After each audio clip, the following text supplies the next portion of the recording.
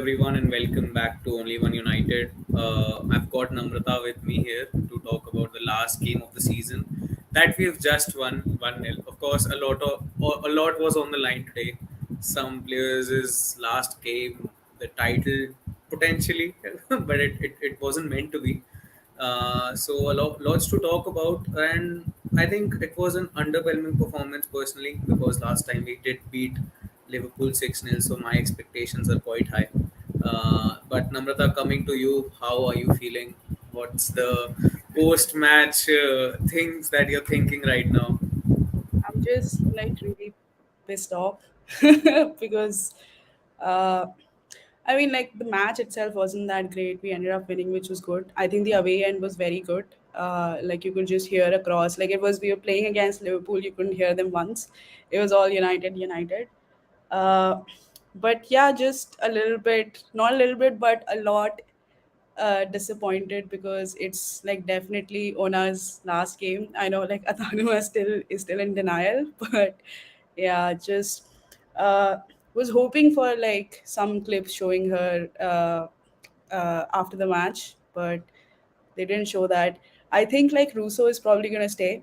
At least it didn't look like her reaction that that she's leaving, and there was a news that I think we offered some 4-year contract, and I think she's kind of okay with that.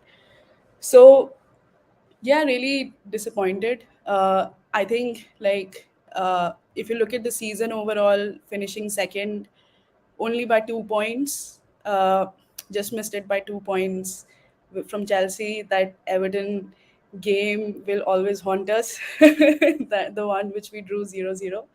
Uh, but I think the good thing is like we finished 9 points ahead of Arsenal and City. And if you look at 2 years back when we were top of the league, and we ended up 1 point behind Arsenal, I think like with that in mind, it's huge. Like 9 points, like basically three extra wins. So really proud of the girls for what they've achieved. Obviously winning the league would have been very difficult because it wasn't anyway in our hands, but I just hope like this uh, from this season onwards, the team and the club, most importantly, they realize how good everyone is and they put in the investment that is needed, and for finally going to be playing in Champions League. So now get us the players who can help us stay in it. Yeah, absolutely. I think you've summed up everything really well. We all know somewhere that like Russo will stay, but at the same time, I do think seeing Ona leave, and it's just it feels like you're taking away a family member away from the family. It seems like that, and you actually put out a tweet when Vilde Borisa was starting, and that has haunted me forever now. That maybe we have seen Vilde Borisa also for the last time. I know people will say that we've signed an extend, like we have triggered the extension clause, but we did the same with Jackie Grunin, or we actually did sign a new contract. I don't know. Everything was messed up, but No, no, Jackie we still ended extended up. we extended the 1-year contract in Jackie, Okay. and then we ended up having a transfer fee. So it is possible that we extended, and if uh, Wilder wants to leave, like we can get a transfer fee. That's the Okay. only thing.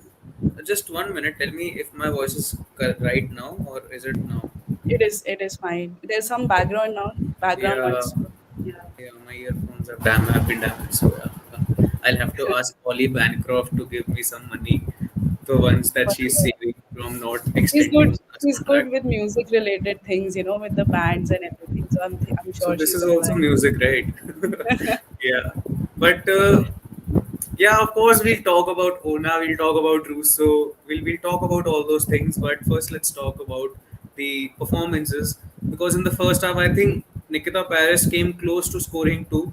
Like one of the goals was saved by the Yeah. Liverpool goalkeeper and it hit the post. Yeah. And I think it was a very underwhelming performance in my opinion because I don't know. Like I expected a lot better because in the last game as well we scored in the first half. The last time that we scored Liverpool, like the last time that we faced Liverpool, we scored six.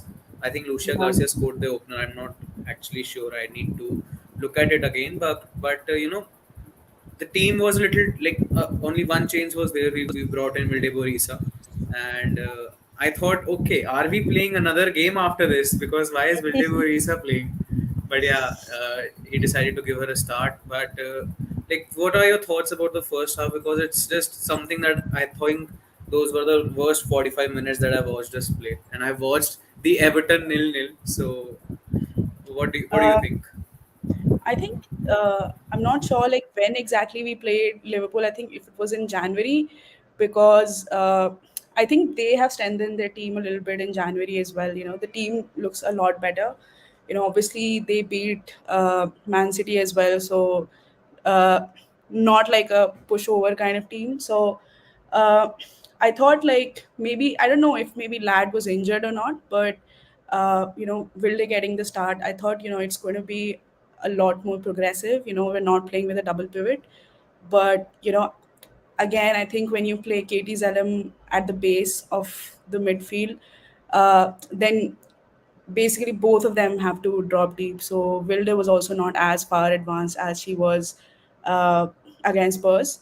So it was kind of patchy. I thought we were okay, but you know, I think not finishing our chances has been a big issue this season. And we did have chances in the first half as well. We just didn't take it. And I just feel like the substitutes who come on, so Rachel Williams and Lucia Garcia, I just feel, I just, you know, I think, I don't know if it's a mentality thing or what, but like, I feel like they're a lot more direct. Like, there are, I just feel there'll be more chances for us to score once the substitutes have come on. Uh, Again, Lucia scoring a Solskjaer like winner again, and you know, I think I would definitely like start her over Nikita Paris, but I kind of think maybe Mark knows that the bench that we have isn't that good enough. Like, he doesn't have options, so maybe he wants to keep Lucia on the bench for maximum impact, which is probably fair. Um but I think overall performance wise, you know, like, at least going into the game we should have known that, you know, another, obviously we had to rely on Reading beating Chelsea, but even if they had drawn with Chelsea, we would have to like overcome a four goal difference. So I was expecting them to go into the game, you know, all guns blazing, trying to score as many goals as possible.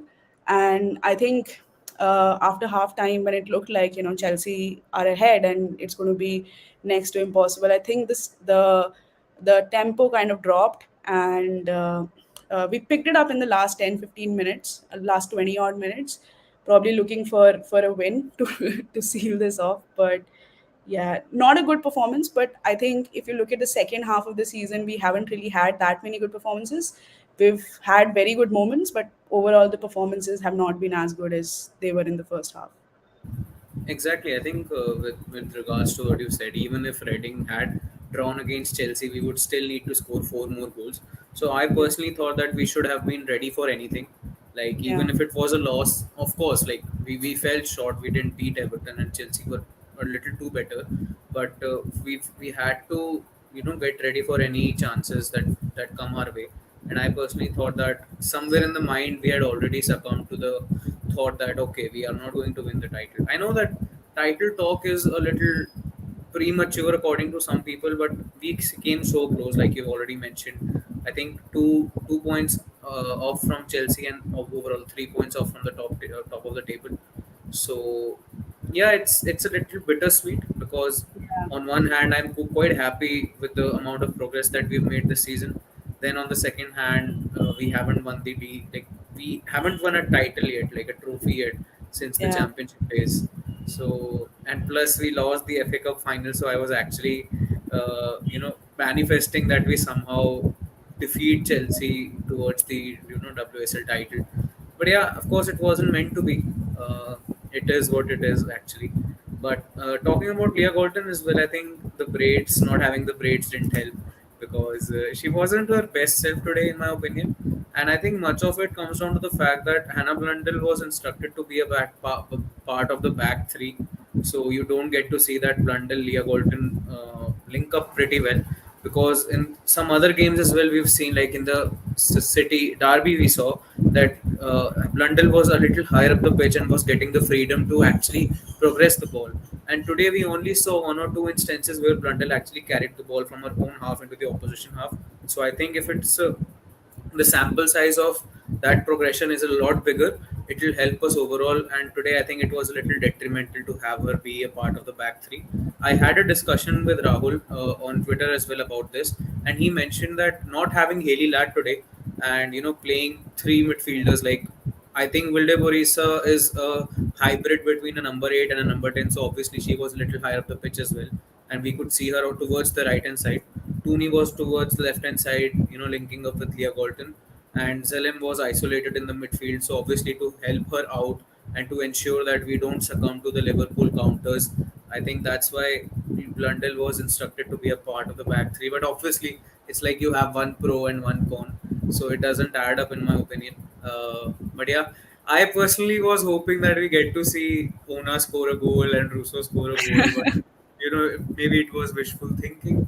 And now that I'm mentioning Ona's name, it's a little, I'm thinking, okay, maybe next season if we do a match reaction, we won't be able to talk about Ona and her crossing the ball into the box. And I know Namrata would think that why is Atanu always mentioning about Ona leaving, but I think every time you mention it, it's like an arrow to the heart. But like just talking about Leah there, I think she is definitely my favorite player. Uh, Anna being a close second, but I think I still feel like I think Leah has had a really good season. I wouldn't be surprised if she actually got player of the season, which United give out. Hannah Blundell is the players player of the season, so although I wouldn't mind like Ona Bhatia being player of the has the season, players, both this of players us. of the season already been announced? Yeah, yeah. I think players player of the season. So Hannah Blundell is the players player of the season, and Okay. I wouldn't mind if like the fans player of the season is Ona Bate. So both our fullbacks are covered. But I think like Leah has had a very good season. But uh, I think the intensity at which she used to run at defenders, I've seen it kind of go down over the years a little bit. I mean, if I'm comparing it to say 4 years ago or 3 years ago, the intensity has kind of come down, and uh, it wouldn't be the worst thing for us to sign a left wing player for United. And Hansen, like, It's does she play on Yeah, left wing or right wing for Villa? Hansen plays on the left wing, but at Yeah, United she's preferred as a right winger because we have yeah, Leah. But yeah. So I think we've also been linked to Esme Brooks, who's from yeah, Netherlands. She's a yeah. left winger. Yeah, I think I don't know about Hansen. Maybe she will probably prefer staying at Villa. I don't know about that, but I think we definitely need a left winger who's Why is Namrata attacking me so like much? no. I'm just listen. I am like really heartbroken about Ona, and so I'm just like saying things, but I think Leah, I think she's like 29, 30 or something like that. So, obviously we need another younger left wing to kind of take over because, she plays every game, yeah. And, you can't really expect the same level of intensity from her going into another season, especially playing Champions League football if we get into the group Yeah. stages. So definitely need a left winger to kind of bring uh, that energy, bring that directness. I think Leah has improved a lot in terms of scoring the goal. So a lot of times she's closer to the box, while while previously she was more like middle of the park and kind of driving the ball forward. That is something that has reduced a bit. So maybe we need another player who can do that. And this, like you were talking about Leah and how we need to bring in a new left winger. This actually gave me, like, I thought of something that Leah is a left winger and she likes to cut in. She's quite pacey, and we see the similar things with Marcus Rashford as well. Yeah, With Neymar as well, we see he's a left winger. Obviously, he's not that pacey, but he also likes to cut in. And the common denominator is that these players get fouled a lot. So there's always this fear of getting injured as well, because they are an actual attacking outlet of the team. So it's always better to have backups. And you know the thing you talked about Hansen, obviously she's getting regular minutes at Villa, and obviously I personally want her to, like, as fans as well, we want players to be happy and to be in a good environment. So if she's thriving there, obviously I'd be happy to have her at Villa.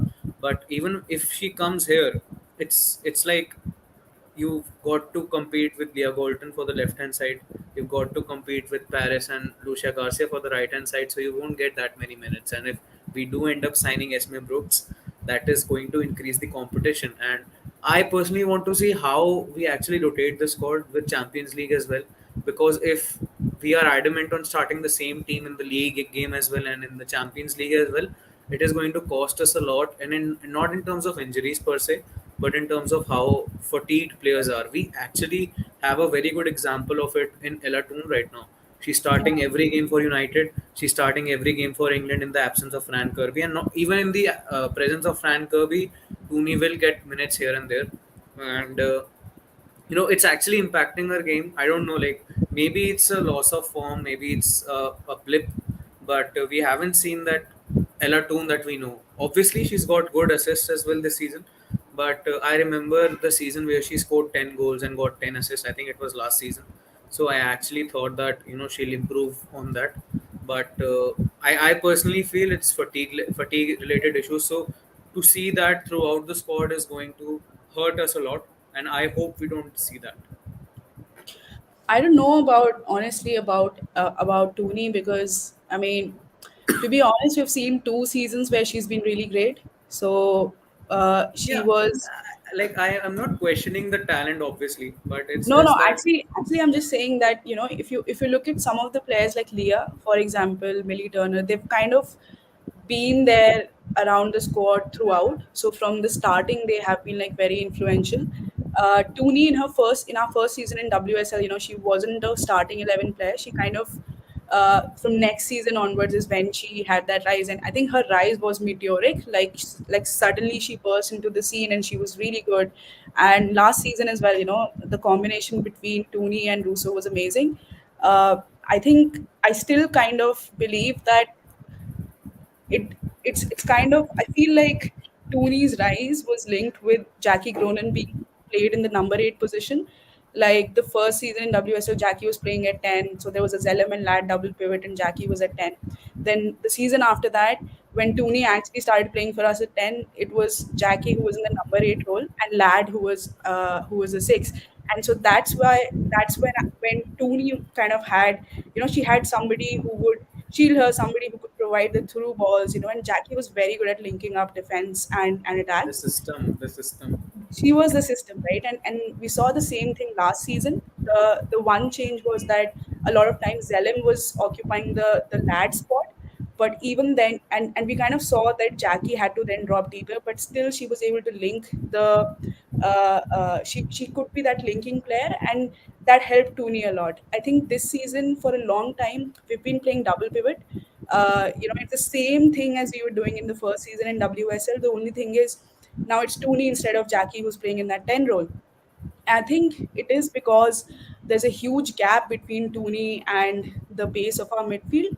And I think that is also one of the reasons why Alessia Russo hasn't been as good as we thought and as she was last season. Because if your number 10 is not playing well, just imagine Bruno having a season where he's not playing well. United men's team would be absolutely I can't really imagine like it working out. And I think it is probably that as well.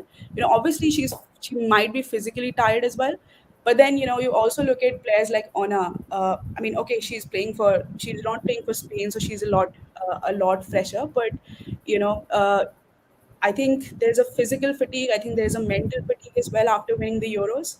But I also think it's the change in the system which doesn't bring out the best in her. And I think next season, because Ona is leaving, so Ona is usually the creative one for our team, right? Like she's the fullback who creates chances Yeah. for her. So when Ona is not going to be there, and I don't think Jade Rivera is that kind of player. So Jade will not be able to do what Ona does, which means that this creativity that we used to get from fullback, it will have to come from the midfield. So I think we cannot go with the same sort of midfield going forward, and I think maybe that is probably one reason why Mark played Boyriza today in the midfield, because he wanted to have, maybe it's a glimpse for the future It's where basically where an audition who will be the new midfielder. And yeah, it could be that, or maybe Lad was injured. We don't know that yet. yeah, But I think next season, like, somebody will have to be that creative force in midfield, because if we go with the same midfield we did as this season, it's not going to work out, and top three is going to be very difficult. and coming to what you mentioned about that disconnect between midfield and Tony, I think that's actually a very fair point, and which I don't often mention because obviously I'm too tired of mentioning it. But it's actually something that we need to consider as well. Why Tony is get not delivering the numbers that she usually does? It's because there's a I mean, I think she gets isolated in the whole midfield hole that is there because our two deep players, which are Lad and Zelim, are either too deep or either too offensively high that there's a midfield overload. So I personally feel that, like you've already mentioned, that there needs to be a change in system, and Yeah. obviously Ona is not leaving yet. Potentially, Ona is Come leaving. on, man. Just like accept it and move on. Like, I keep on flipping here and there, but I think I think like with it's worse for me now, like, because if I speak about it, I feel better.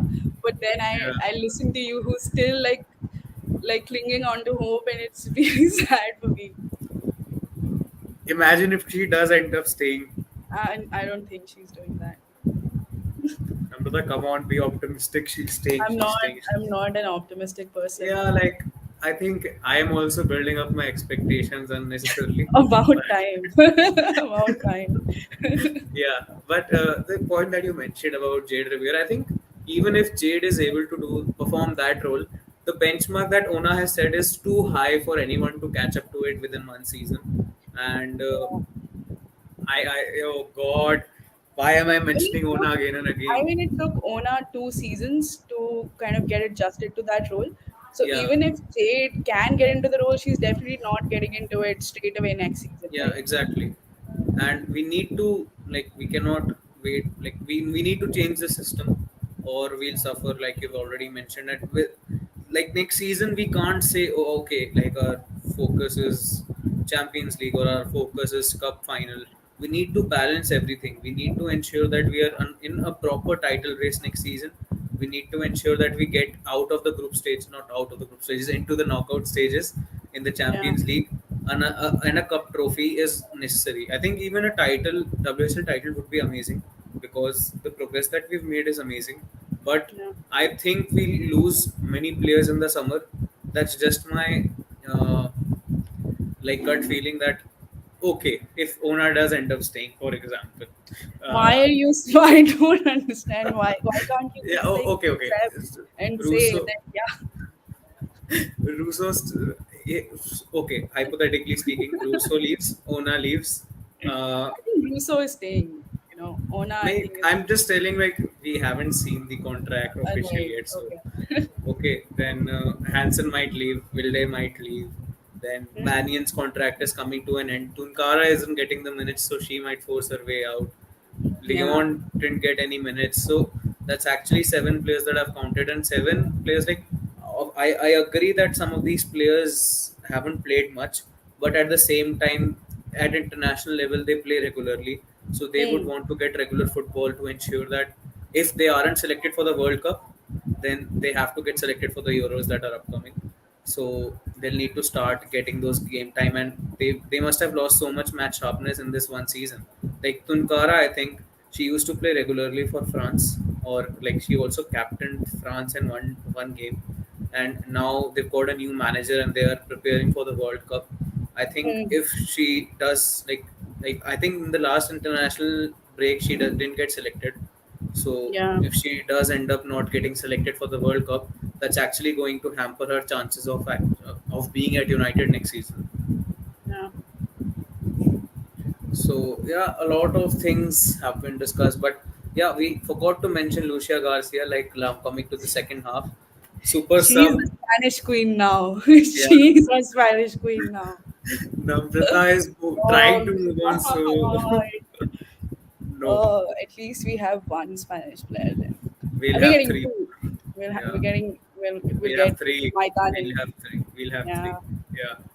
I think you're just No, I'm saying we'll sign a new Spanish player. Okay, I've sure. moved on. Eva Navarro. Imagine if she also ends up coming and then Una is like, Then it's okay, like maybe I'll stay. we got Ona's two best friends after she leaves. Yeah, and these are But by actually the these are way, the players that were targeted under Casey as well. So yeah, yeah. By the way, I'll tell you one thing. So in the under 17s, so Spain and final Spain versus France, and France beat Spain. So I literally yeah, just went and I looked at the entire French squad. I thought, okay, we're not going to buy another like potential Spanish. Spanish players because they will want to go to Barcelona. But maybe we can get somebody from France. All the but unfortunately all the best players are from Lyon. So but I've singled out like two, three players who we might be able to sign and all of that. But uh, Don't I name think drop just them here because other yeah, scouts might be watching this. sure. I'll just say that like from a in a on a positive note, Alyssa Ehan, she signed a new deal. Grace Clinton is gonna come back next season. Hopefully, she's gonna get some game time as well. Evie Rapjohn, we haven't Yeah, seen anything of her. Maybe she'll go out on loan, most probably. But next season, there's a possibility, that maybe if it's only a 6 month loan, she might come back. So yeah. I think we have a lot of exciting players as well. It'll take time for them to kind of grow to We that level got where they're Jess Simpson as well. Simpson as well. Yeah, So it'll take some time for them to get there. But I think the only solution to not having our hearts broken is to kind of have our own super young players who do really well and then they come back home. So that is how I'm coping with the loss. yeah. And I don't know. Like right now, you are coping with the loss. Obviously, my I coping mechanism is being over optimistic. yeah, But yeah. like when the news actually breaks out, whatever it is, I think it's going to be a really emotional day, and not even Yeah. emotional day, emotional week throughout. But yeah, we I try. just I'm actually trying not to focus too much onto I it think because if imagine if she does end up signing a new contract. I think I kind of feel let down by United a little bit because if it's final that she's leaving, if like everyone knows she's leaving, if she's hugging the players as a goodbye, then why could the club not just like conclude it and post that she's leaving so that she gets a proper goodbye? Now it's like a hush hush thing, like Mark could have actually subbed her off for Jade Rivera and could have gotten applause from the away fans, that amazing away end that we had today. We've seen a lot of almost every team kind of release the list of players who are leaving. I understand if you don't want to do it for Russo, if negotiations are kind of happening. And although Mark did say in his press conference that we're still negotiating, but it's agreed that she's not leaving. I think United really need to understand what is important for the fans.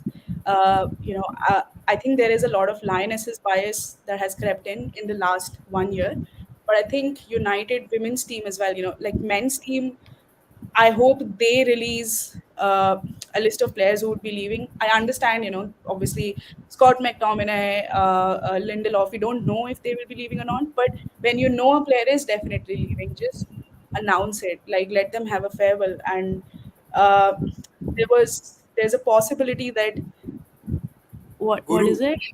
Guru, What is he saying? like people shouldn't cry over Una Bhatia's goodbyes because nothing is confirmed yet. I am not. I'm not. I think he's worse than you. he's I think Guru like goes one day he's like super confident. He's like Yeah. he's thinking like Ona Bhati is gonna stay with us forever and we were in this, and then the next day he's gonna be like, guys, I'm not gonna come on Twitter for 5 years. So uh Yeah, like Namrata, like you mentioned, like sorry, I'm cutting in, but actually you've mentioned a very good thing about the Lionesses biases. Of course, we are not saying that you don't celebrate your players. Obviously, they've won the Euros, but the Euros ended in the summer. Why do you need to bring it on towards the end of next season? Like now, the World Cup is going to start, but still we see that people, not even United fan base, but overall as well, they try to create a narrative about Lionesses more than the other internationals. And obviously, like me pointing it out, I think sometimes I also feel bad that I'm actually targeting our Lionesses players.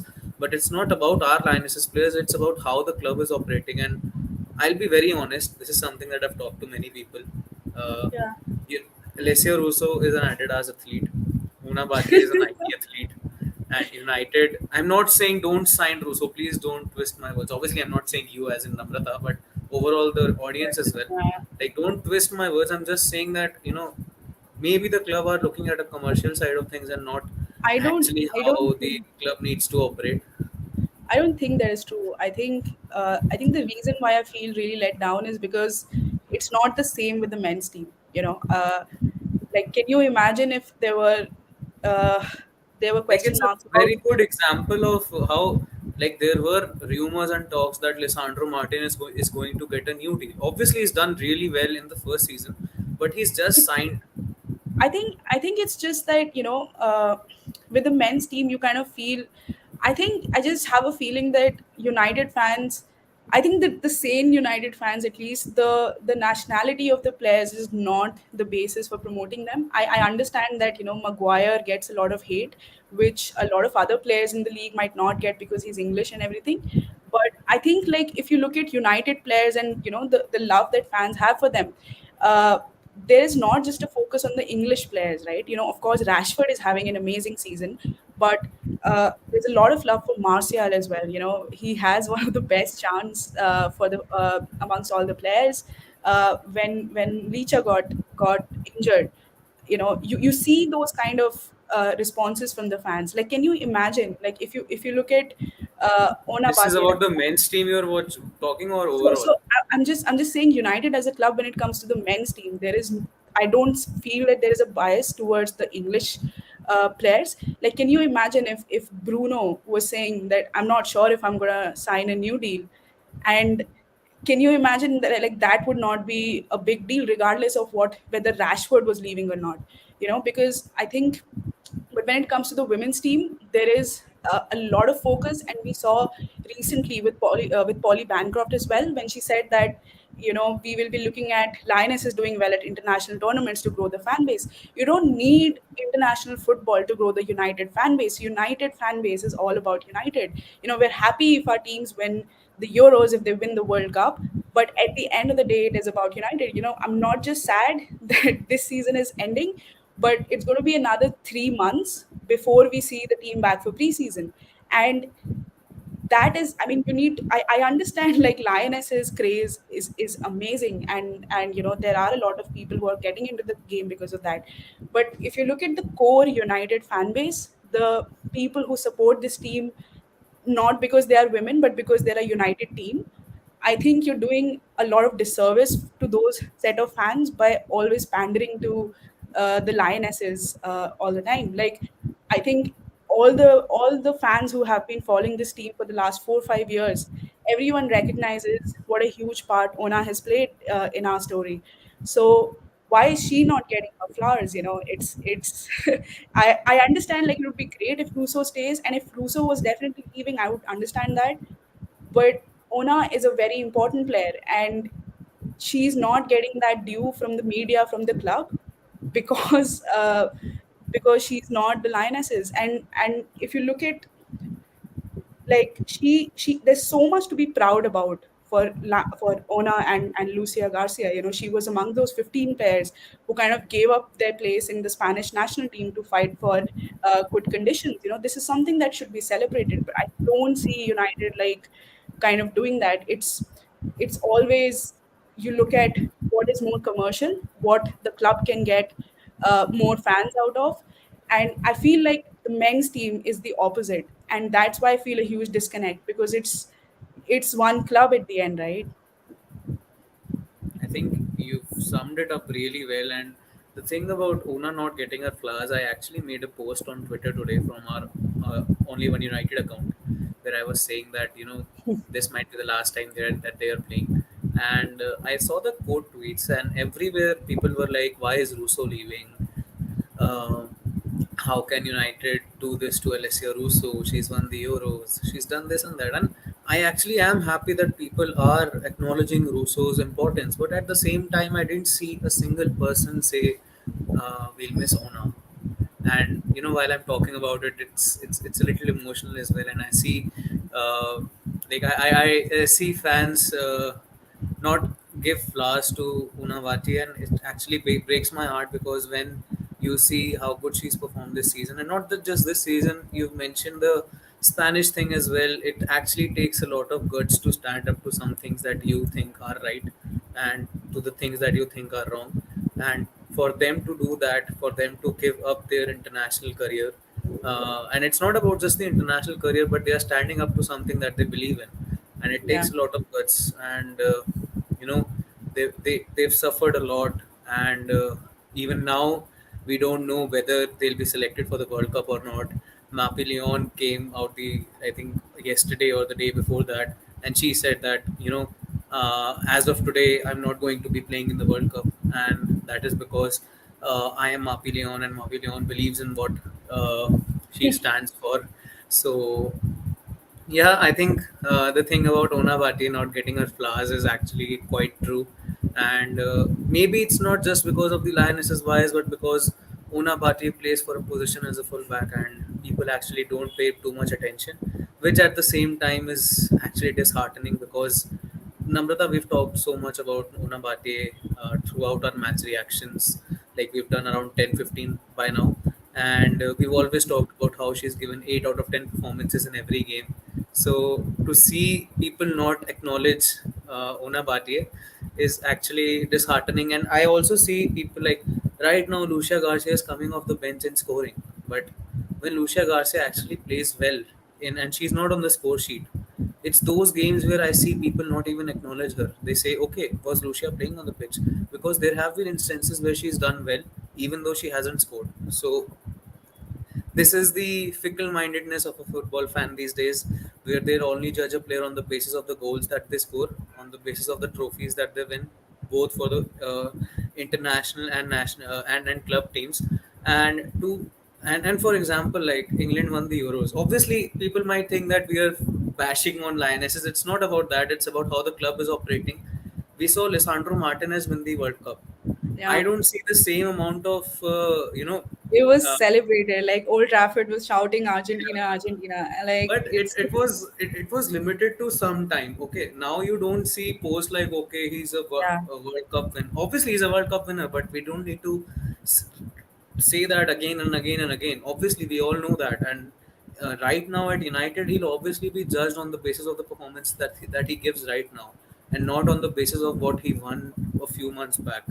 So this is how I think the club should operate.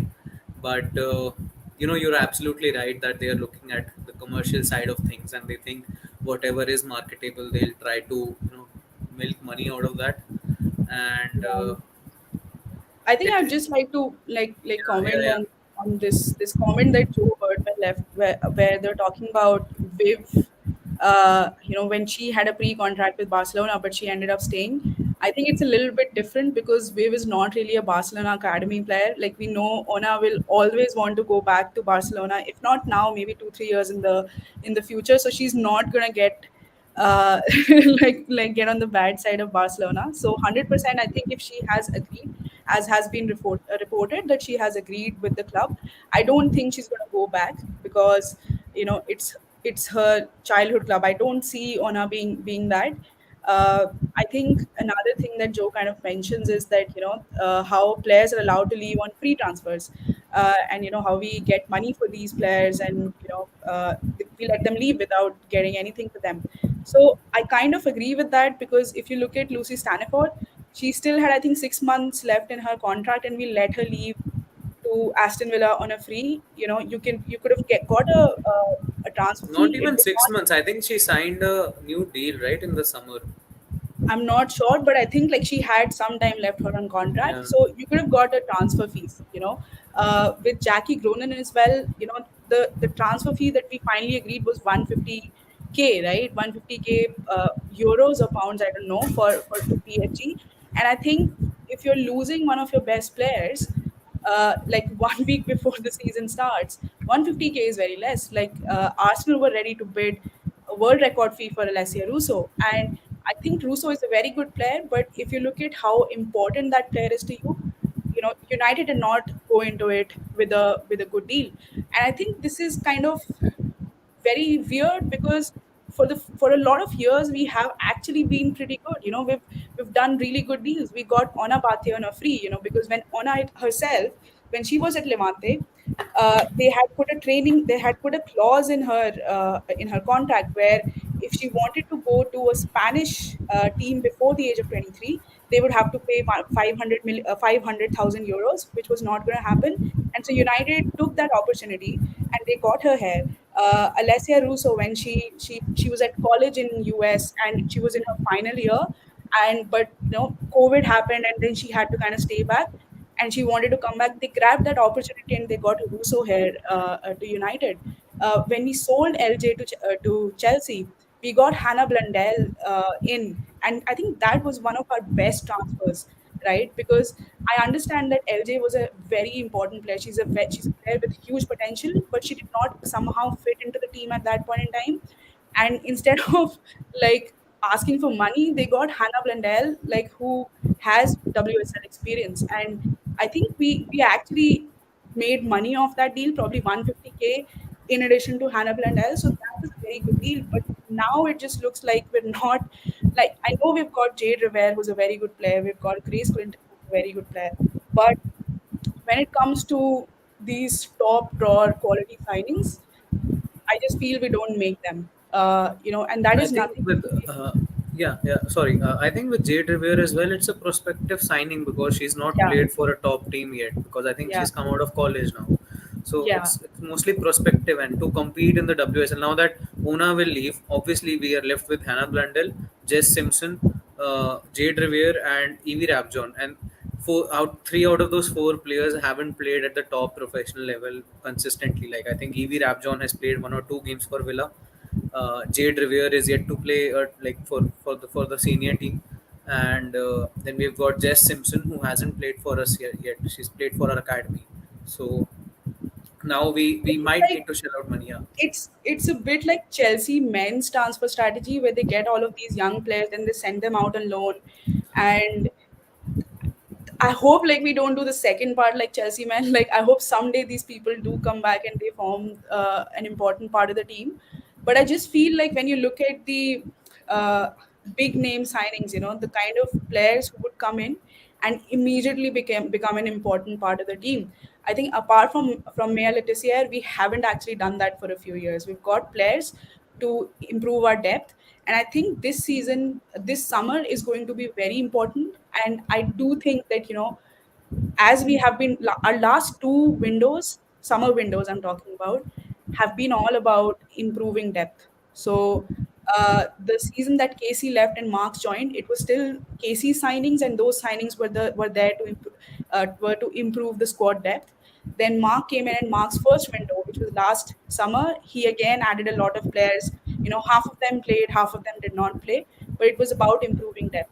I don't think this is the summer where our priority should be improving depth. It should be to add real quality to the squad.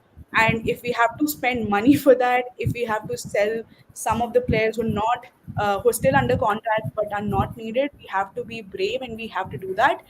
And you need a top striker. We can't be going on missing, even if Russo stays, right? You need a top striker. You look at Arsenal, right? They have Beth Mead, they have Viviana Miedema, they have Blackstenius, they have Lena Hurtig. So they have a lot of players, and that's what top teams need. So I think United's transfer strategy has been not very clear. It has been very lopsided. But I think we have enough players who are there for the future. We have enough players who are there to add experience and numbers to the squad. But right now, finally, we've got into Champions League. You get the players who are now going to bring real quality to the squad. You get like world class players. You know, maybe not like Panela Harder, but some kind of players of similar quality as her. like we've been linked to Maitan and sorry if I'm not pronouncing the name right, but Maitana Lopez, and I think. from what I've seen, obviously my sample size of seeing Maitana play is not that high, but she's a wonderful CDM, and she can also perform that number eight role. So obviously we need to bring in versatile players, because I think Mark likes to play those versatile players, because he to set up a system, he'll obviously tweak things around. And I do hope, like we've all mentioned, that we need to balance league, Champions League, cup games. So we see some kind of rotation. We see two three systems in place, because obviously if you play the same system, like for example, if we do end up inheriting this same squad A to Z, and we start playing the same in the same manner that we play, I think we are going to dig our own graves, because I Yeah, don't think it's sustainable. it's not gonna.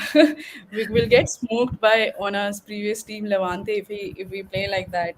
If we Yeah. start the same team, but I think we do need an out and out number nine. Like I we think need we Bruce. need a lot of Yeah, players. I honestly yeah, think, like, I think even a centre back. Like, I feel like Mia Letizia has done really well, but I think we need an upgrade on Millie Turner, because if Millie is not fit, we don't have. I don't think Maria Thorisdottir is an upgrade. Like, I think she's not as good at centre back. Aoife Mannion is kind of injury prone. We saw like she has suffered an injury. I hope she's fit in time for the World Cup. But we still need, but I think centre back, as we've seen with Manchester United men's team, you need really reliable, good third choice centre backs like Victor Lindelof. So I think that is also an area where we need to strengthen. fullback. Fullback for sure, for sure. Like now, Ola is not there, so fullback for sure. I think midfielder as well. I think Mark needs to really figure out if he doesn't want uh, Wilde Boy Risa, if he doesn't, and it's not about starting her, but if he thinks that he's not going to give her substitute appearances from the bench as well going forward, I think it would probably be a smart decision to actually get transfer fee from her and then get whoever midfielder he thinks is actually right for the system. For the forwards as well, we have, I think, probably Martha Thomas. I think her contract is ending. Hansen is a bit of a question mark. Jade Moore as well. When she comes back from loan, she might not be staying. So there are a lot of players who will be leaving. Leon. Yeah, Leon as well, right? So she's another forward who might be leaving, and I think we can't replace these players with players of similar quality. We have to go a lot better. Yeah, we need to get an upgrade, and we need to have two very good players for the same position, so that if Yeah, we do end up changing the whole 11 from Champions League games to the league games, we do not end up seeing that there has been a change in the gameplay and change in the yeah. tempo of the game.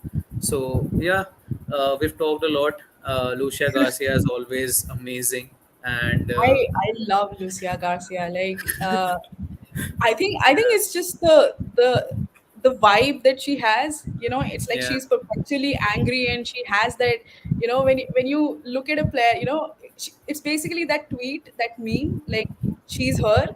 Like, it's perfect for Lucia Garcia. I think she's one of the most exciting players that I have seen in United. It's just one of those players where you expect something to happen when they're on the pitch.